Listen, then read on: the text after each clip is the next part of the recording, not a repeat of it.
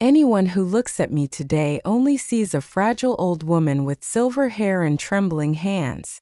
But behind this wrinkled smile, beneath these age-spotted cheeks and clouded eyes, hides a child whose innocence was torn away by the hands of those who should have loved and protected her.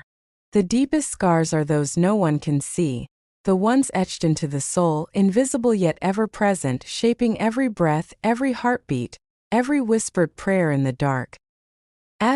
My name is Mary Payne, but to the children who gather at my feet for stories, to the neighbors who bring me fresh-baked pies, to the world that sees only the gentle elder rocking on her porch swing, I am simply Grandma Mary.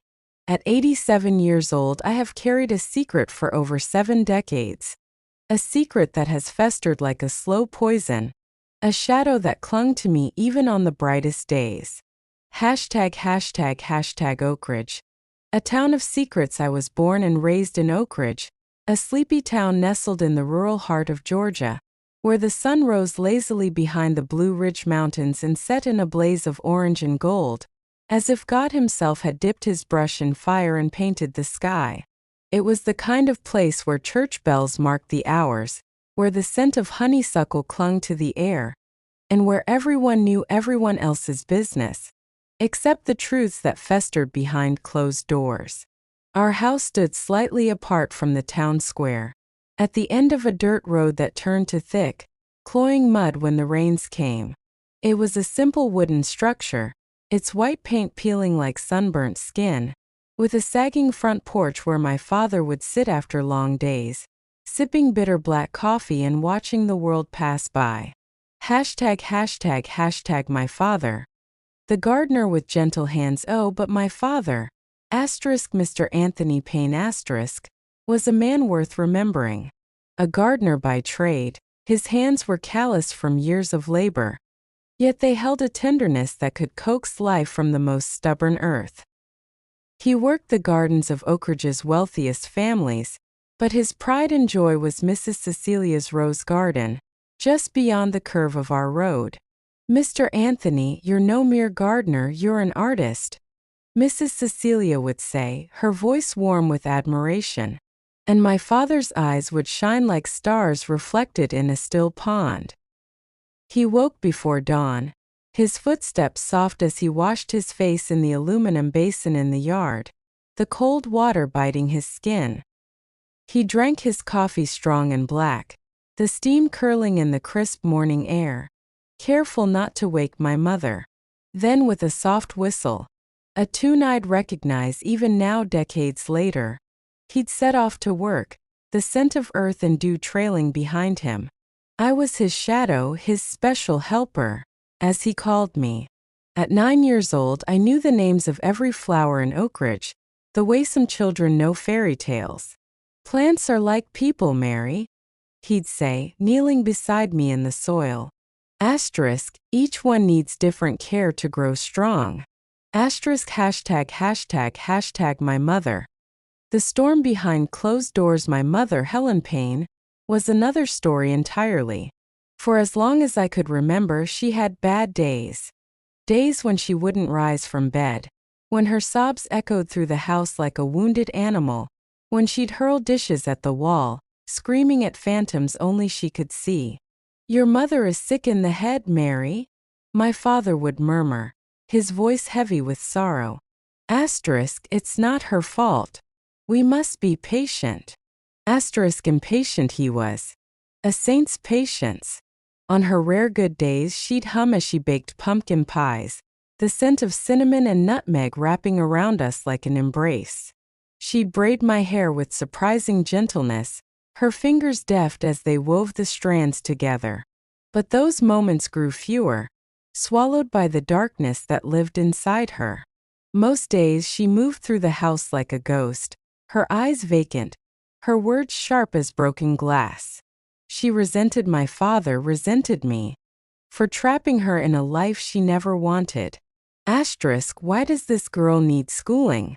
She'd sneer when my father tucked away coins for my education. She'll end up like me.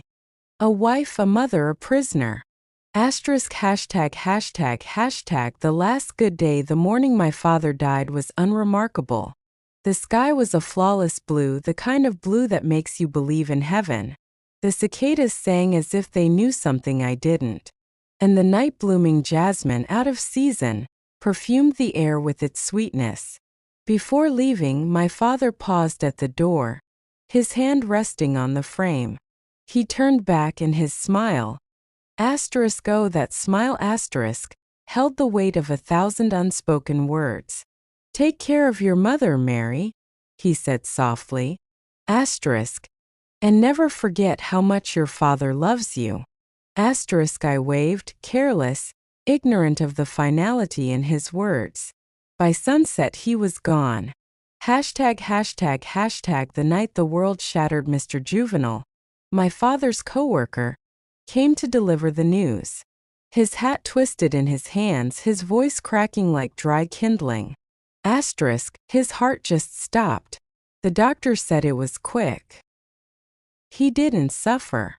I didn't scream. I didn't collapse. The world simply tilted. My mother's reaction was worse than any outburst. She stood frozen, her face blank, as if Mr. Juvenile had told her the weather. Where's the body? Was all she asked. That night, as my father lay in our parlor, his hands folded over a rosary, the people of Oakridge came.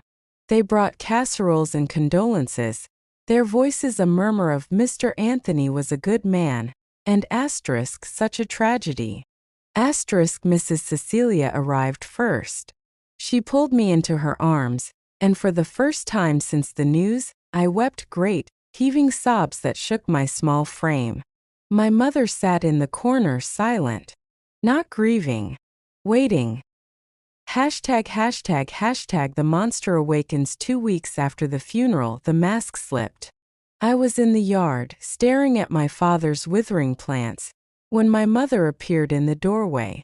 There was something different in her eyes, a gleam that made my skin prickle. Come here, Mary, she called, her voice honey-sweet and false. Inside, I found all my father's belongings packed into a box. His clothes, his hat, his pocket knife. We don't need these anymore, she said, as if discarding trash. But these are Papa's things. I protested, my voice trembling. Her hand struck like a viper. The slap sent me stumbling back, my cheek burning. Your father was weak, she hissed. And you're just like him. Hashtag. The descent. What followed was a nightmare. The slaps became fists. The silence became screams. She locked me in the house, pulled me from school, told the neighbors I was sick.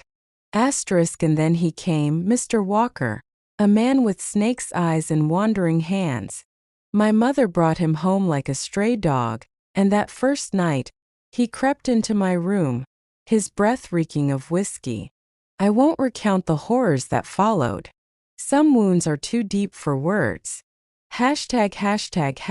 The escape. I planned to run, to follow the path through Mr. Gerald's pasture, to find my father's sister in the next town over. But fate intervened. One Sunday, as my mother and Mr. Walker argued over money, their voices rising to a fever pitch, something shattered. A thud. Then silence. Mr. Walker emerged from the house, blood on his shirt.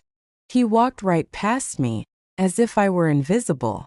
Inside, my mother lay on the floor, a gash on her forehead, her breath shallow. She stirred as I stood in the doorway, my bundle of stolen food and clothes clutched to my chest. If you leave, never come back, she rasped. I don't intend to. Her lips curled. I'll find you, and you'll regret being born. I ran. Hashtag. Salvation. In the big house, Mrs. Cecilia found me on her doorstep, a broken, hollow-eyed thing. She took me in without hesitation, called the sheriff, held my hand as I recounted the unspeakable. My mother was committed. Mr. Walker vanished. And I? I learned to breathe again.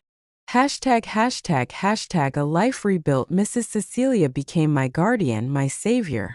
She taught me that scars don't define us. They remind us of our strength. I became a teacher, a wife, a mother. At 30, I opened Cecilia House, a sanctuary for children like me. The broken, the forgotten, the survivors. Hashtag, hashtag, hashtag the final lesson. Now at 87, I sit on my porch, watching my great-grandchildren play in the garden.